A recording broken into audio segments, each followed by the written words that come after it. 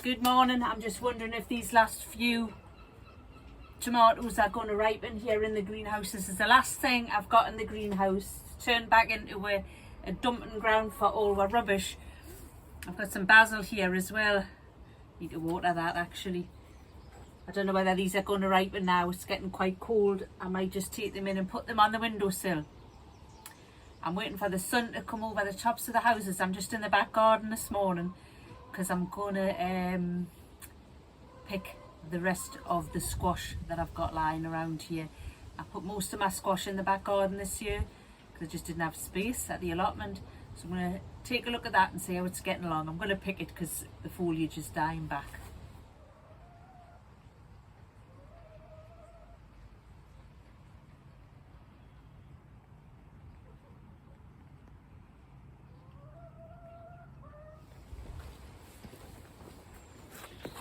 This was the patch where I planted Crown Prince squash. I wanted to try them. Charles Dowding recommends them. He says they're delicious. But as you remember, we had such a terrible cold spring and it's such a slow start. The squash were terribly slow getting going. And I also had potatoes in this patch which were late getting ready to harvest. So I was very late getting these in, too late. And they weren't particularly good plants when I put them in. So I don't know whether that's it or whether we're too far north here for Crown Prince to do well. If you live further north than me, in the northeast of England, maybe you could let me know if you have success. So, as you can see, fairly pathetic really. That's just come straight off, out the ground, off the vine there. I'll eat them, I'll take them, but it's not what I wanted. I think I would have liked ones about that big. I've only got one more. I've already taken another one. I think that's all I've had off this border. Not great.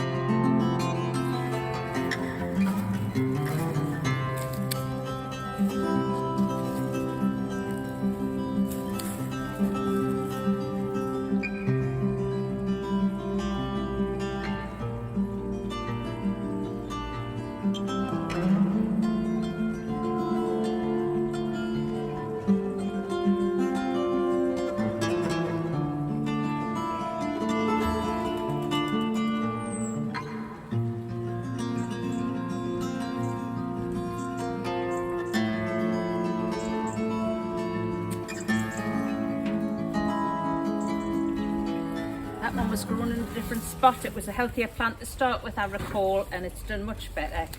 It's not brilliant, but it's okay, and I'm pretty happy with that one. But those, not so good. And this is the one I wanted to show you. I picked this one a few days ago because it was starting to go nasty on the bottom. I'll have to cook it and eat it. But it looks completely different. I can't really understand it. These were all seed from the same packet, new seed this year, so I don't know why that one's different. Who knows anyway. So that's the Crown Prince, the grand total of I don't know how many plants I had, maybe 10, and I've got 4 little squash out of it. Never mind, on to the next ones.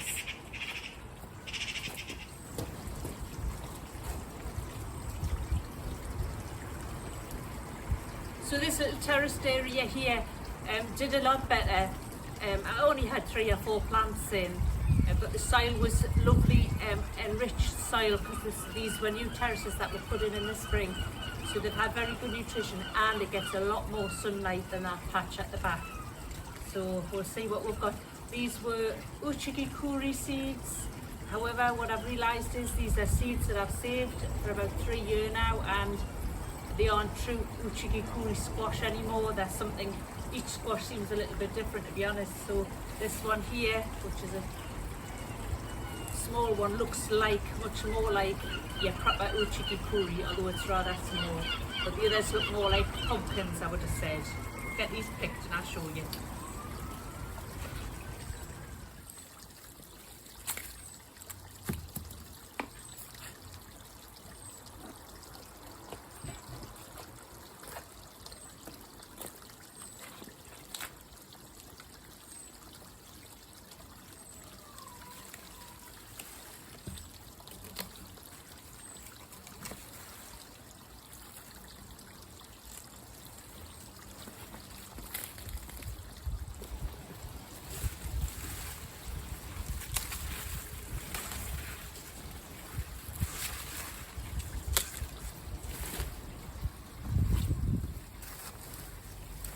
There's a big one hiding in here. This is me prize squash that I've been waiting to have a good look at for months now. Hope it's not mouldy on the bottom or anything.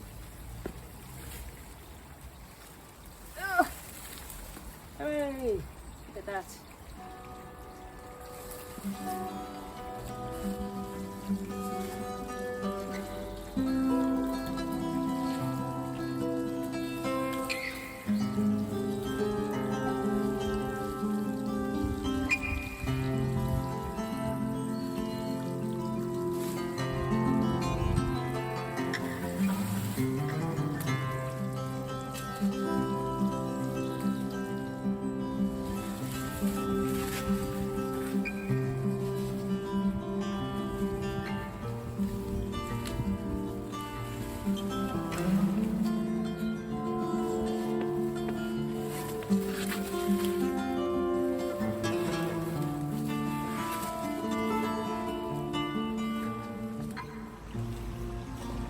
Again, little Pippy's had an abscess on his face. He hasn't been very well.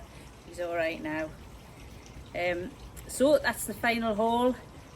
You know, it's not a lot really for the amount of plants that I grew, but it's enough for our family, for our needs. Interesting to see. Go on down, Pips. That's what I would call an Uchiki Kuri squash. These were also from the same seed, and they're like pumpkins, as I say. It'd be interesting to compare the flavours. Crown Prince, that was my best one, yeah.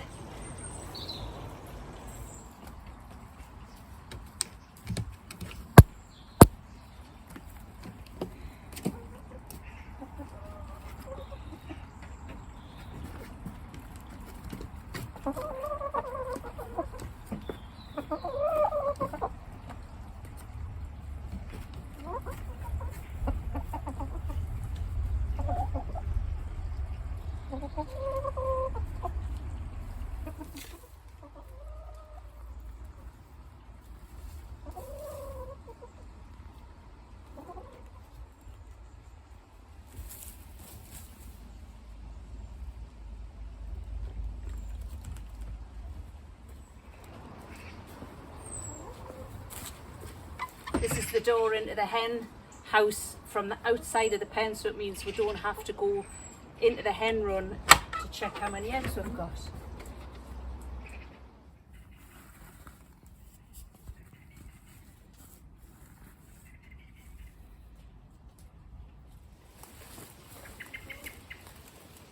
I started clearing the terraces where those winter squash were, and put the odds and ends into there. There's some nasturtiums and there's a chard actually, which they're enjoying this morning.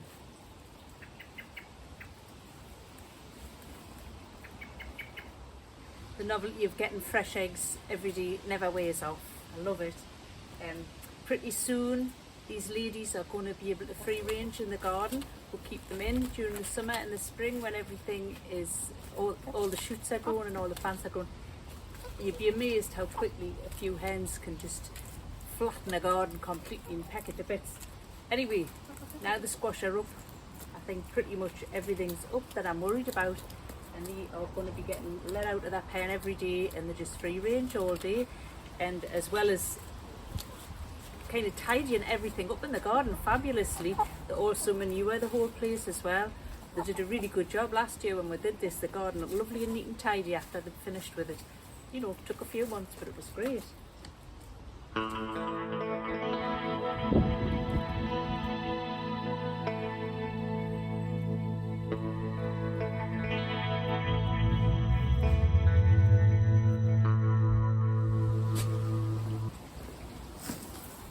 These two pots here at the back door have been absolutely beautiful for months now. But I found away my best pots just thrown together with what I had. I'm never very good at pots and baskets. I just kind of throw things in. This has had zinnia and gazania and antirrhinums in. I've used that combination again. It looks lovely. But what I'm trying to do now is save the seed. I'm not exactly sure whether zinnia and gazania will grow true from the seed. I don't know whether they were F1. Is that even a thing with flowers, or is that just vegetables? However, I do know how to save seed. these are the gazanias, sorry, and that is a seed head there. I'll show you a bit more closely.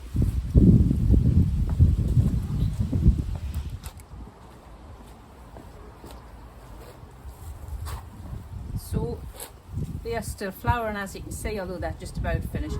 That one is finished. If you just pull that off like that, and then if you can pull this apart, you can see all the little seed in there.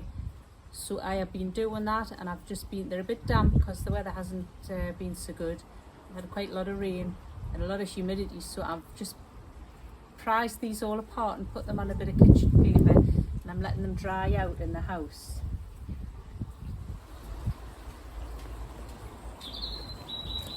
I'm taking these in the house now to sit somewhere nice and warm so the skins can cure for maybe 10 days, 2 weeks, and then they should store over the winter or for a few months quite nicely. Quite where I'm going to put them, I don't know, because at the minute every windowsill and shelf is full of seeds and squash and all kinds of different things, beans.